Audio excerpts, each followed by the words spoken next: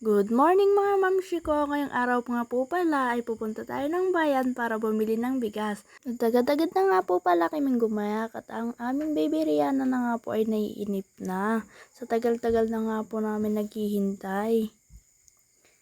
At ito na nga po ang kanyang papa at naggagayak na din.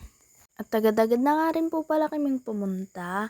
Tignan nyo nga po ang aming tanawin at napakaganda at napakainit pa dito. At yan nga po, malapit na nga po kami. At iniwan na nga po pala namin si mama para magbayad ng bill dito. At sabi nga po ni mama, hintayin na namin po siya sa lilim. At ito ang aming baby at gising na naman po siya. Saglit-saglit lang po ng tulog niya. At ito na nga po pala si mama at paparating na nga po. At agad-agad na po pala kaming bumili ng bigas dito kay La Jepas Grocery. At ayun nga po, pipili na nga po pala kami ng bigas na bibilhin. At saka nakita nga po namin, napakamahal po ng mga bigas dito. Kaya yung mura nga lang po yung pinili naming bibilhin.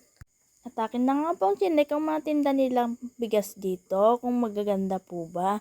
At sabi nga po ng aking mahal na asawa ay yung mas mura na nga lang daw ho para mas makatipid-tipid nga raw po kami. Para may budget rin po kaming pang grocery. At agad na nga rin po kami nagbayad para kami po ay makauwi na. Tapakainit po kasi yung aming dalang baby and sobrang naiinitan na po kasi. At agad-agad na nga po nilang tinawag ang magbubuhat ng binili naming bigas para ilagay po sa aming sasakyan. At napakainit po pala at para kami makauwi na at para naman hindi na magmuruyot ang aming baby Rihanna. At ito na nga po pala at papunta na po kami kila mama. At fast forward nga po pala ay nakarating na kami dito kila mama at nag-aya nga po silang pumunta magtingin ng mga ukay-ukay sa taas. At agad na nga rin po kaming pumunta. At andito na nga po pala kami sa taas at papunta na kami sa ukay-ukay. At ito nga po aming baby, napakatahimik. At ito nga po palang mga tinitinda nilang ukay, may 19 pesos nga po pala dito ng mga shorts. At madami pa pong iba. At fast forward nga po pala ay kami po mag-grocery kasi wala na po kaming asukal, mantika sa bahay.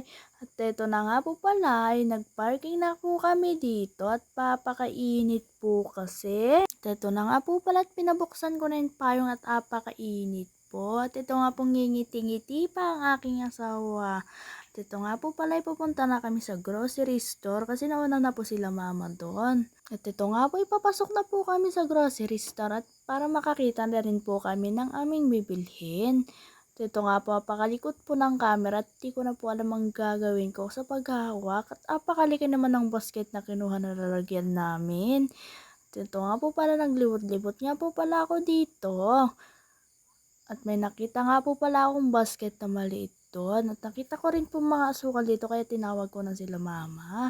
At ito nga po pala ang aming bunso at nakuha na rin po ng basket. At sa kasamang palad, dalawa yung nakuha nila. At ito nga po binaba na lang dyan yung isang basket. At ito nga po kumukuha na rin po sila at nagmumurit na rin ang aming baby Rihanna. At kaya naman binigay ko na sa kanyang papa para hindi naman na magmuryot. At pumalik na rin po ako dito kila mama. At hinahanap nga po pala namin yung sabong panlaba dito. At hindi nga po namin siya makita. At tinignan ko nga po pala ang mga pwede mang bilhin dito. At yun nga po pala ang aming Rihanna at aming papa. Tinatanong ko nga po pala kung anong bibilhan namin, coke or kasal or mismo lang po. At ito nga po pala ay sila mama at nangunguha na po pala ng sabong panlaba. Dahil nga po pala sinabi ko na yung malaki daw po ang aming kukunin at sila nga po pala ay nagbibilang pa ng kanilang bibilhin na sabon. At agad-agad na nga rin po nilang nilagay sa basket at kami nga po pala ay nanguha pa ng mantika dito kasi kulang at daw po sabi ni mama. At yun nga po pala pinasupot na po namin yung mantika para di mabasag at kami nga po pala ay nagbayad na din po dito at para makauwi na. At agad-agad na nga rin po pala akong pumunta kay La Baby Rihanna at siya po ay nagmumuryot na at agad-agad na nga rin po pala kayong pumunta sa aming sasakyan at para makauwi na po pala.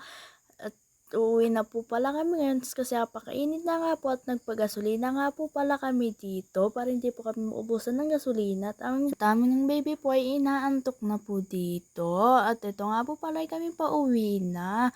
And don't forget to like, share, and subscribe. Bye-bye mga mamshi ko!